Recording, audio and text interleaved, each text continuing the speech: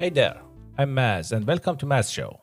This is your space to explore big ideas through books, society, knowledge, and history, all with one goal to build a better world and a brighter future. If you are curious, reflective, and ready to grow, you're in the right place. So tap follow, hit subscribe, and let's get thinking.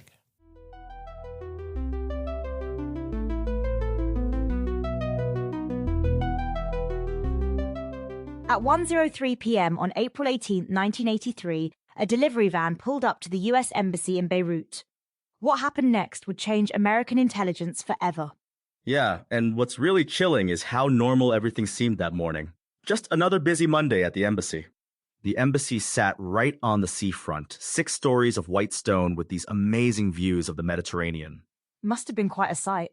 Oh, absolutely. You know, it's ironic that prime location that made it so beautiful also made it incredibly vulnerable. Right on a main road, minimal setback from the street. And what was happening inside that morning? It was actually extra busy that day. The cafeteria was full for lunch, and there were lots of Lebanese citizens in the consular section applying for visas. Ames was the CIA's top Middle East analyst. He was there for meetings with the station chief and Lebanese contacts. Then at 1:03 p.m., That's when the van, packed with about 2,000 pounds of explosives, crashed into the embassy's front entrance. the damage was catastrophic, wasn't it? Absolutely devastating. The entire front of the building just collapsed. 7 floors pancaked down. The blast was so powerful it shattered windows for blocks around. And the casualties? 63 people killed. 17 Americans, including Ames and 8 other CIA officers. The rest were Lebanese embassy employees and civilians. Wait, 8 CIA officers? That's an unprecedented loss for the agency, right? Exactly. It basically wiped out the entire CIA station leadership in Beirut. Nothing like that had ever happened before. And Robert Ames, what made his loss particularly significant? Well, CIA Director William Casey called him the closest thing to an irreplaceable man. Ames had spent decades building relationships across the Middle East. That's quite a statement from Casey. It really was. You know, Ames wasn't your typical spy. He spoke Arabic, understood the culture, built real friendships with his contacts. I heard he even used to play basketball with Marines after work. Yeah, that's true. He was this tall, friendly guy who wore cowboy boots with his suits. Totally broke the James Bond stereotype. So, who was behind the attack? The investigation pointed to a new Shiite militant group, backed by Iran's Revolutionary Guards. This group would later become known as Hezbollah. So, this was basically Hezbollah's coming out moment? Exactly. It announced their arrival as a major player and marked the beginning of Iran's proxy warfare against the US. And the timing of the attack, during lunch hour, that wasn't random, was it? No, it was deliberately chosen to maximize casualties. The cafeteria was full, and the visa section was packed with Lebanese civilians. That's particularly cruel, targeting both Americans and Lebanese citizens. Yeah, and it showed a complete disregard for civilian life that would become a hallmark of these types of attacks. How did the US respond?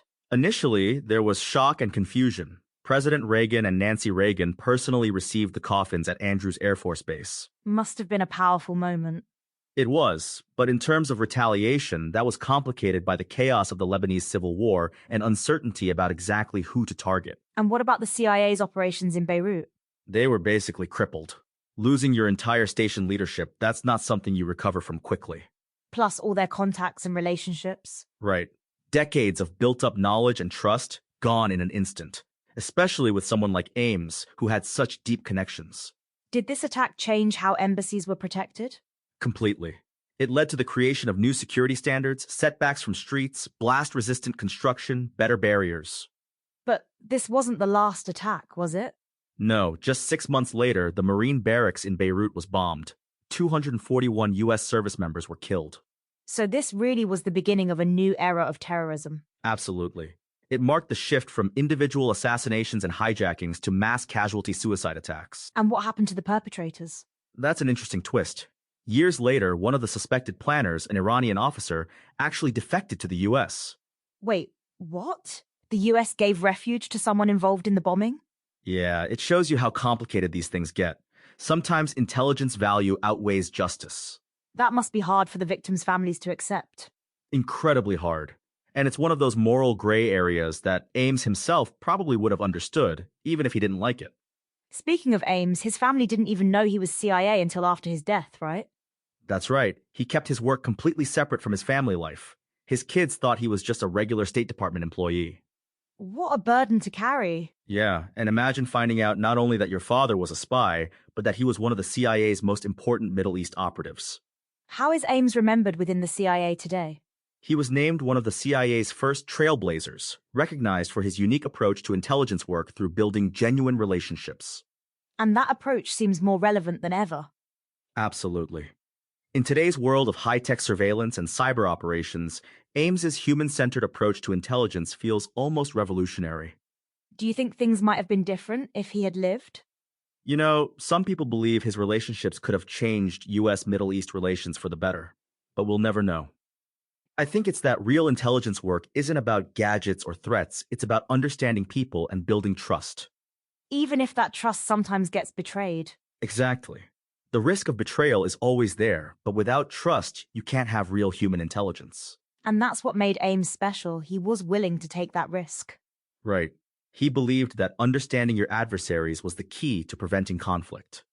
A lesson that seems particularly relevant today. Absolutely.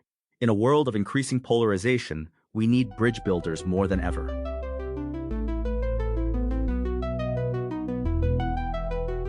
Picture this, a tall American in cowboy boots shooting hoops with Marines in Saudi Arabia. But this isn't just any basketball player, he's actually a CIA officer who's about to revolutionize American intelligence in the Middle East. You know, what's fascinating about Ames is that he wasn't your typical spy material, at least not what people think of as spy material. What do you mean by that? Well, he was born in 1934 in Philadelphia, the son of a steelworker. Nothing about his background suggested he'd become this legendary intelligence officer. That's quite a contrast to the James Bond stereotype of spies coming from elite backgrounds. Exactly. And you know what really set him apart early on? His genuine curiosity about other cultures. Even before joining the CIA, during his army service, he had this fascination with the Middle East. When did he first get exposed to that part of the world? It was during his army boasting in East Africa. He got his first real taste of Arab culture there, and it just clicked with him. And this was before the CIA, right?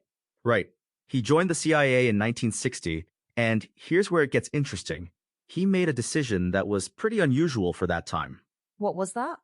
He decided to learn Arabic. Now, that might not sound revolutionary today, but back then, most CIA officers didn't bother with local languages. Wait, really? Why not? The prevailing attitude was that you could just use translators. There was this one CIA officer, Alan Wolf, who actually criticized the idea of learning local languages. So Ames was going against the grain right from the start? Absolutely. And it wasn't just about language. He had this whole different approach to intelligence work. How so? While others relied on gadgets or threats, Ames believed in building genuine relationships, understanding people, their culture, their motivations. And his first real test of this approach was in Saudi Arabia, right? Yes, his first overseas assignment was in Dhahran, Saudi Arabia, in the mid-1960s. And this is where something really interesting happened. What was that? He managed to create this fascinating double life. To his neighbors, he was just this friendly American who loved playing basketball with the Marines after work. The basketball thing, that wasn't just a cover, was it? No, actually. He'd been a champion basketball player in college. It was genuine, and that's what made Ames so effective. He wasn't playing a role, he was being himself while doing extraordinary work. That's fascinating. How did he balance that authenticity with the secrecy his job required? Well, his letters to his wife Yvonne, he called her Bonnie, give us some insight into that. Oh, what did he write about? He'd write things like, "Dear Bonnie and babies," and then describe daily life, but carefully omit the classified parts. He maintained this perfect balance between being open and keeping secrets. It sounds like he was really good at compartmentalizing. So good that his own children didn't know he was CIA until after his death. That's incredible. But let's go back to his time in Dhahran. What made him stand out there? His Arabic skills were becoming exceptional, and he was developing this deep understanding of Arab culture that was rare for American officials at the time. And this was during the Cold War, right? How did that context affect his work? The Cold War was definitely the backdrop. The US and USSR were competing for influence in the Middle East, but Ames saw beyond that binary conflict. What do you mean? While others were focused solely on countering Soviet influence, Ames was already seeing the importance of understanding Arab nationalism and local dynamics. That seems pretty forward-thinking for the 1960s. It was. And you know what's remarkable? His approach would later prove invaluable when dealing with groups like the PLO. But at this point, he was still developing his style, right? Yes, Tehran was like his testing ground. He was learning how to blend his natural friendliness with serious intelligence work. Did his superiors recognize what he was doing? Initially, some were skeptical. Remember, this was an era when the CIA was more focused on technical intelligence gathering. Right, all the gadgets and surveillance stuff we associate with the Cold War. Exactly. But Ames was proving that human intelligence, real relationships, could be more valuable than any technology. How did he convince them? Through results. His reports from Saudi Arabia showed insights that you couldn't get from surveillance alone. And this was all while maintaining his cover as the basketball-playing American? Yes, and that's what made him special. He could be completely authentic while still being effective as an intelligence officer. It's almost like his cover wasn't really a cover at all. Exactly. He was just being himself, a curious, friendly American who happened to be really good at understanding people and keeping secrets. Did his time in Haran set the stage for his later achievements? Absolutely. Everything he learned there, the language, the cultural understanding, the way of building trust, it all became crucial later. And I imagine his basketball games didn't hurt either. You know what? Those games were actually important. They showed he could connect with people naturally, whether they were Marines or local Saudis. It's fascinating how these seemingly small things added up. That's what made Ames unique. He understood that intelligence work wasn't just about collecting information, it was about understanding people. And this was just the beginning of his career, right? Yes, by the late 1960s, he was becoming the consummate Arabist spy. His approach would soon be tested in ways he couldn't imagine. What kind of tests? Well, the Middle East was about to enter a period of intense upheaval, and Ames would be right in the middle of it. And his unique approach would prove valuable? More than valuable, it would become essential. What's the big takeaway from Ames's early years? I think it's that true intelligence work isn't about fancy technology or coercion. It's about understanding people, their culture, their motivations. And Ames figured this out way before others did? Exactly. While others were focused on gadgets and threats, he was learning Arabic and playing basketball. He saw that the best way to gather intelligence was to build genuine connections. It's almost counterintuitive. Being more open and genuine made him a better spy. That's the irony. His authenticity became his greatest asset in a profession known for deception. And it all started with a steelworker's son from Philadelphia. Who would have thought that playing basketball in cowboy boots in Saudi Arabia would help reshape American intelligence in the Middle East? Thanks for listening, and join us next time as we follow Ames into the turbulent world of Middle East intelligence operations.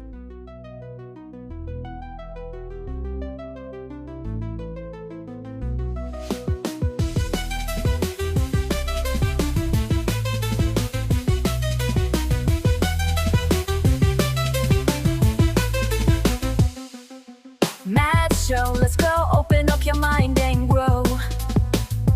Facts and stories, things you never know.